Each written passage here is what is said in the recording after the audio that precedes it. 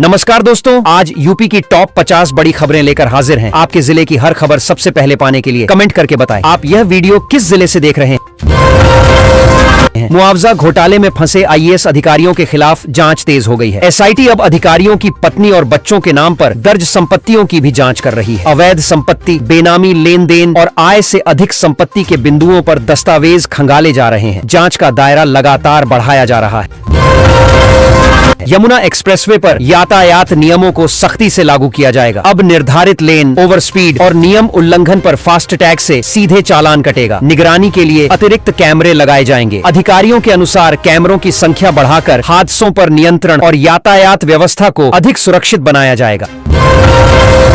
Yamuna expressway पर यातायात नियमों के उल्लंघन पर अब फास्ट टैग से सीधे चालान कटेगा। ओवर स्पीड, गलत लेन और अन्य नियम तोड़ने पर कार्रवाई होगी। निगरानी के लिए कैमरों की संख्या बढ़ाई जाएगी। अधिकारियों का कहना है कि इससे हादसों पर नियंत्रण और यातायात व्यवस्था अधिक सुरक्षित होगी। यूपी में लोगों का अपना घर का सपना पूरा करने की दिशा में बड़ा कदम उठाया गया है। काशी में 5 नई आवासीय परियोजनाएं शुरू की जा रही हैं। इन योजनाओं से मध्यम और निम्न आय वर्ग को लाभ मिलेगा। आवास विकास से शहर के बुनियादी ढांचे को भी मजबूती मिलेगी। कानपुर गोकशी कांड में बड़ा एक्शन हुआ है। चेयरमैन समेत 35 लोगों के खिलाफ एफआईआर दर्ज की गई है। भारी मात्रा में मांस का जखीरा मिलने के बाद इलाके में तनाव फैल गया। पुलिस बल तैनात है और मामले की गहन जांच की जा रही है।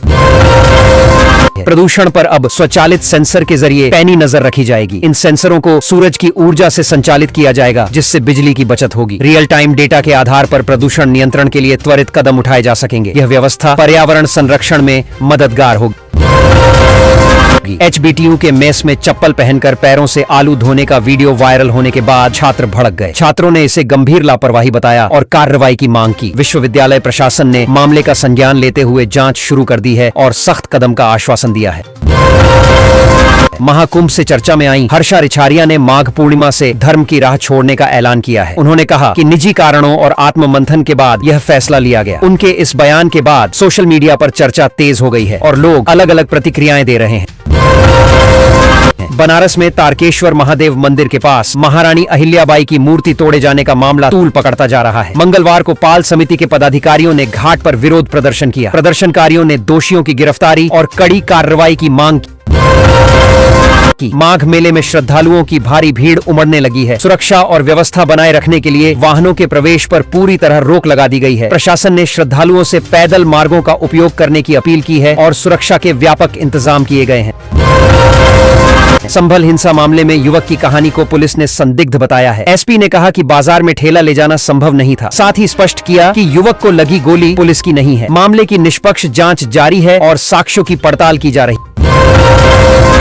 यूपी सरकार का लक्ष्य 1000 ग्लोबल कैपेबिलिटी सेंटर स्थापित करने का है। इससे 5 लाख से अधिक युवाओं को रोजगार मिलेगा। ये सेंटर आईटी, फाइनेंस और टेक्नोलॉजी क्षेत्रों में काम करेंगे। सरकार का दावा है कि इससे प्रदेश की अर्थव्यवस्था को नई गति मिलेगी।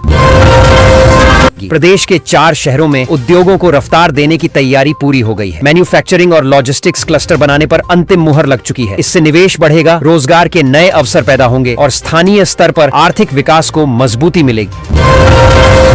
प्रदेश में गलन और ठिठुरन ने लोगों को बेहाल कर दिया है। न्यूनतम तापमान ने कई जगह रिकॉर्ड तोड़ दिया। कुछ शहर हिल स्टेशन जैसे ठंडे महसूस किए गए। मौसम विभाग ने आने वाले दिनों में शीतलहर जारी रहने की चेतावनी दी है और सतर्क रहने की सलाह दी है।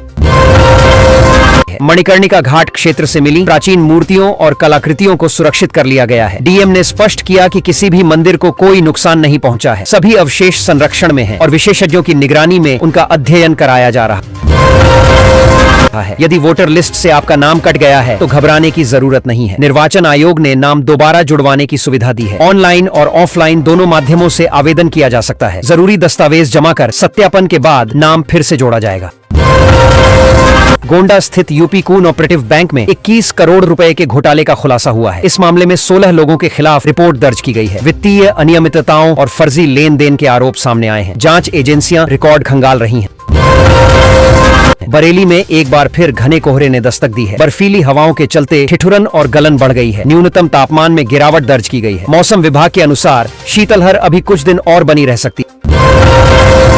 वृंदावन में महिला श्रद्धालु का पर्स लूट लिया गया। परिक्रमा मार्ग पर बाइक सवार बदमाशों ने वारदात को अंजाम दिया और फरार हो गए। पुलिस ने मामला दर्ज कर जांच शुरू कर दी है। इलाके में गश्त बढ़ा दी गई है। है। माघ मेला में मकर संक्रांति स्नान पर्व से पहले ही 25 लाख श्रद्धालु पहुंच चुके हैं। प्रशासन ने पार्किंग, पेयजल, शौचालय और सुरक्षा के पुख्ता इंतजाम किए हैं। भीड़ को देखते हुए अतिरिक्त बल तैनात किया गया है। सर्दी और घने कोहरे का असर ट्रेन और विमान सेवाओं पर पड़ा है। कई ट्रेनें देरी से चल रही हैं। प्रीमियम तेजस रात 1:30 बजे पहुंची। फ्लाइट्स भी लेट रहीं। यात्रियों को परेशानी का सामना करना पड़ा। प्रयागराज में दर्दनाक हादसा सामने आया है, जहां 2 सगे भाइयों समेत 4 लड़के तालाब में डूब गए। ठंड के कारण शव अकड़ गए थे। घटना की सूचना मिलते ही मौके पर हजारों की भीड़ जुट गई। पुलिस ने शवों को पोस्टमार्टम के लिए भेजकर जांच शुरू कर दी। माघ मेले में फिल्म पुष्पा स्टाइल की एंट्री चर्चा का विषय बनी। संगम पर जबरदस्त भीड़ उमड़ी और करीब 40 लाख श्रद्धालुओं ने डुबकी लगाई। 30 किलो रुद्राक्ष पहनकर पहुंचे एक बाबा आकर्षण का केंद्र रहे। प्रशासन ने सुरक्षा के कड़े इंतजाम किए। वाराणसी में गंगा में सीवेज का पानी छोड़ना अलकनंदा क्रूज को महंगा पड़ गया। जांच में नियम उल्लंघन पाए जाने पर क्रूज संचालक पर 5,000 रुपए का जुर्माना लगाया गया। प्रशासन ने भविष्य में सख्त कार्रवाई की चेतावनी दी है। मुजफ्फरनगर पुलिस ने ऑपरेशन सवेरा के तहत बड़ी कार्रवाई करते हुए लाखों रुपए के गांजे के साथ एक तस्कर को गिरफ्तार किया है। आरोपी के खिलाफ एनडीपीएस एक्ट में केस दर्ज किया गया है। पुलिस नेटवर्क खंगालने में जुटी है। यूपी के एक जिले में जल्द ही 2 नए बिजनेस कॉम्प्लेक्स बनाए जाएंगे। इन कॉम्प्लेक्स में व्यापार से जुड़ी सभी सुविधाएं एक ही जगह उपलब्ध होंगी। इससे स्थानीय कारोबार को बढ़ावा मिलेगा और रोजगार के नए अवसर पैदा होंगे। मकर संक्रांति के अवसर पर यूपी रोडवेज ने विशेष व्यवस्था की है। गंगा स्नान के लिए बसों के फेरे बढ़ाए गए हैं। प्रमुख रूटों पर अतिरिक्त बसें चलाई जा रही हैं ताकि श्रद्धालुओं को किसी प्रकार की परेशानी न हो।